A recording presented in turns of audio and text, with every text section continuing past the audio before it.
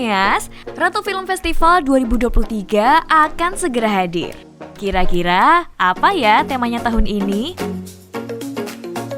Sebelum bahas tema, yuk kita simak obrolan bareng Bapak Andy Ikuswoyo selaku juri RFF. Disclaimer, tonton videonya sampai habis buat dapat info-info lengkap soal RFF dan tips-tips yang bisa bantu kamu bikin karya yang epic. So, stay tuned!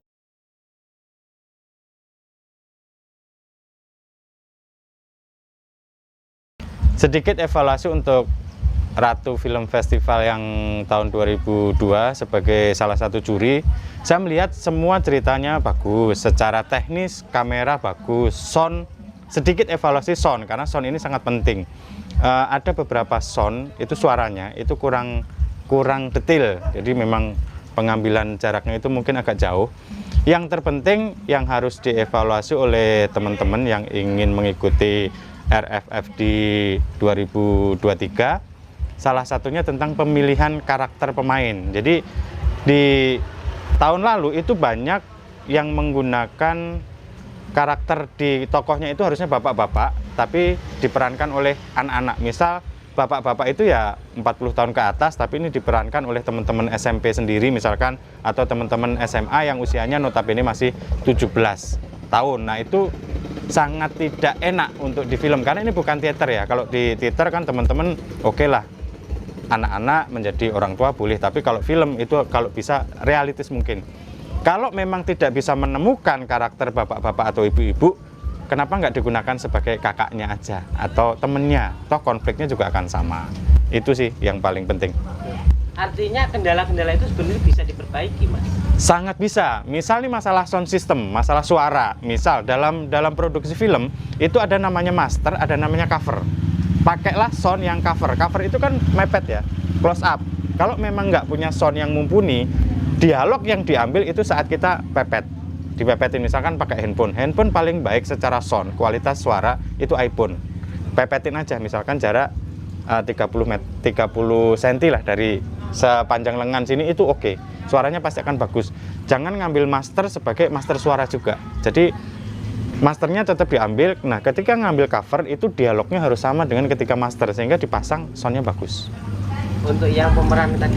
Kalau yang pemeran ya itu tadi ngakalinnya ya harus mencari, kalau bapak ya bapak beneran, kalau ibu ya ibu beneran. Kalau memang tidak bisa menemukan pemain yang sesuai, aku mau bikin bapak ibu punya anak, ya cukup kakak atau temen terus satu pemain lagi gitu. Karena nggak bisa diakalin sih kalau yang sudah orang tua diperankan anak-anak itu, ketika nonton kita kayak apaan sih gitu, nggak masuk banget ini gitu, nggak pantas lah gitu. Karena ini film, kecuali memang dia punya kelainan khusus, oh ternyata ini bapaknya punya gen Z sehingga tidak bisa menua, itu boleh. Tapi kalau kehidupan nyata real ya janganlah. Pasti ada misalkan bapaknya ibunya gitu. Kalau memang tidak menemukan pemain yang sesuai, dialognya bisa dikurangin. Misal cuman oh iya mari atau silahkan, nah itu cukup.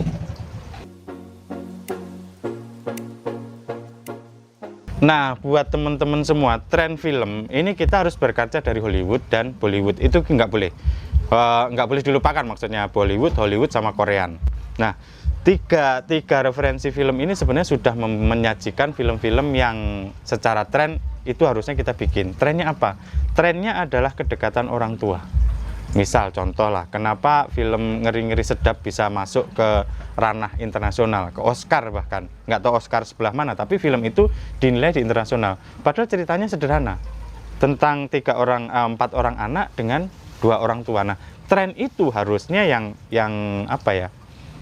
Yang sedang tren di dunia sehingga difilmkan. Kerinduan, kekeluargaan, kerukunan dalam keluarga, trennya.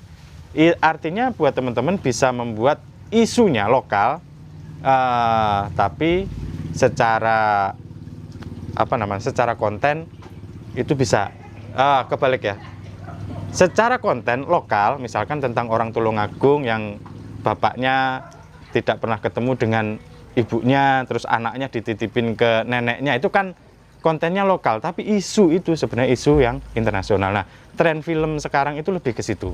Kalau kita nonton film-film yang sekarang pasti, coba aja memperhatikan, pasti ada kedekatan antara bapak dan anak. Ketakutan orang tua kehilangan anaknya.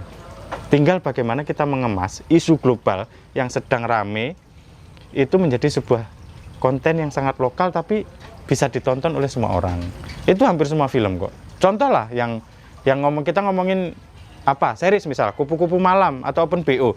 Itu sebenarnya kan hanya masalah orang tua dan anak. Nah, tren itu yang bisa menjadi kunci buat teman-teman. Oke, berarti tahun ini memang trennya begitu. Kayak misalkan dulu ada film San Andreas tahun 2000 berapa itu ya, saya lupa. San Andreas itu kan orang berpikir itu film gempa, tentang tsunami. Bukan. Itu The Rock yang main ya. Itu tentang bagaimana seorang anak memperjuangkan kasus perceraian ibunya. Itu tren. Terus kita nonton film apa? Musa, tentang kapal. Itu bukan tentang mereka membawa binatang, Nabi Musa bukan, tapi bagaimana keluarga itu mempertahankan perceraian. Suami istri, rumah tangga. Nah, film-film yang dibangun oleh Hollywood karena memang pada tahun itu tren perceraian di Amerika sangat tinggi, bahkan di dunia. Nah, sekarang tren orang tua takut kehilangan anaknya dan sebaliknya. Anak takut kehilangan orang tua itu menjadi tren, kayak di Jepang lah. Di Jepang kan banyak yang nggak punya anak, tua sendiri. Nah, itu bisa. Di Indonesia khususnya di Jawa bagian selatan itu sangat kuat budaya itu. Ibunya, contoh lah, ibunya ke Hong Kong, bapaknya di rumah, anaknya yang rawat neneknya. Nah, kedekatan ini bisa dibangun. Bagaimana ketika ibunya nanti pulang?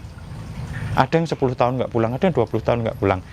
Konten-konten lokal itu kita racik menjadi sebuah cerita untuk kita tayangkan ke nasional, bahkan internasional.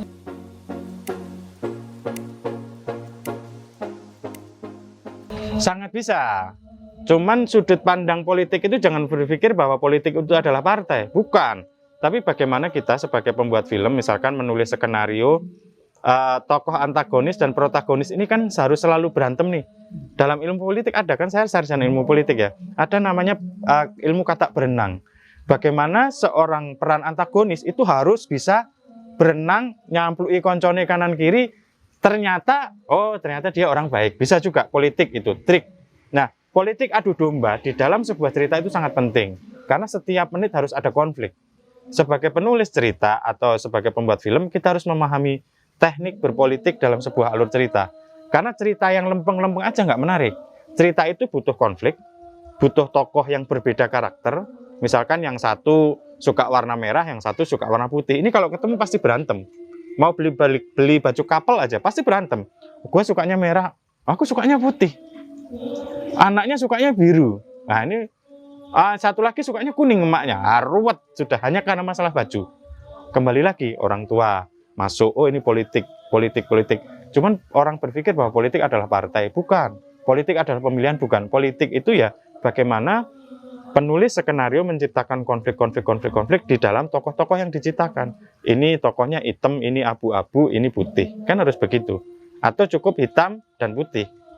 Pasti berantem terus gitu. Kalau yang satu suka pedes, yang satu jangan sampai suka pedes juga. Yang satu harus kalau perlu alergi sama cabai, pasti nggak akan ketemu nih, pasti jadi konflik. Karena dalam sebuah cerita kita butuh konflik, ending, sudah. Gitu.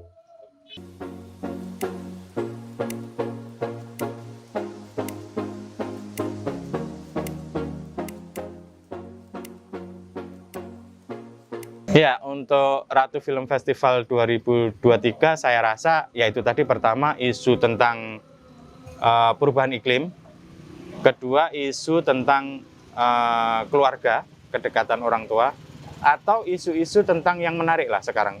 Perubahan iklim itu bisa ke wisatanya, bisa ke kuliner.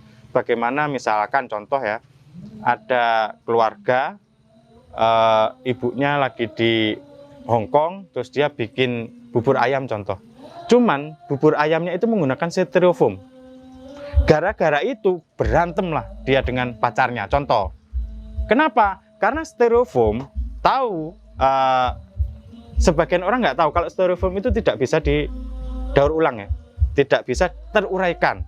Kalau plastik masih lah berapa juta tahun, kalau gelas masih bisa lah. kaca, tapi styrofoam itu nggak bisa tidak bisa diuraikan oleh bakteri-bakteri. Itu sudah menjadi satu cerita yang sangat menarik. Apalagi nanti styrofoamnya ada yang makan dibuang ke laut, waduh sudah dimakan penyu, repot lagi itu. Hanya gara-gara masalah styrofoam. Bagaimana sebuah keluarga bisa hancur berantakan. Nah, buat teman-teman saran saya kalau pengen menjadi sesuatu yang dilirik oleh juri, buatlah tema-tema yang sederhana tapi dekat. Artinya ya dekat, ya sudah. Contohlah itu tadi bubur ayam dan styrofoam itu identik sekali ya. Kalau pagi coba aja beli di mana gitu, pasti pakai styrofoam.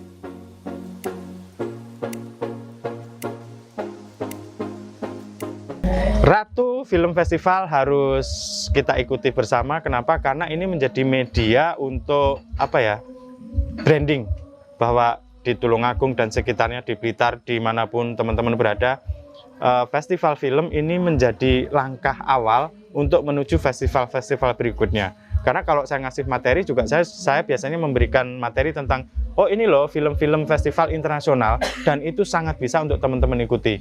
Ada yang gratis, ada yang berbayar. Berbayar pun cuma $10, itu sangat bisa. Kemarin saya sempat ngobrol sama temen, saya punya satu film baru, saya pengen di 20 festival film internasional, itu bisa.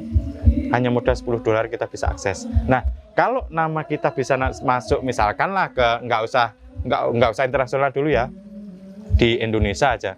Masuk misalkan JAF Jogja, itu ada, di Malang ada, di Jakarta banyak. Nah, silahkan teman-teman dari RFF 2003 ini nanti film-filmnya kan bisa dikirim atau di remake lagi, dibikin lebih bagus, kirim ke festival-festival di Indonesia dan sekitarnya. Ada aksesnya yang akan kita beritahukan. Jadi harus jadi peserta supaya tahu ada berapa banyak film festival di dunia. Oke, terima kasih. Terima kasih, saya Andy Kuswoyo.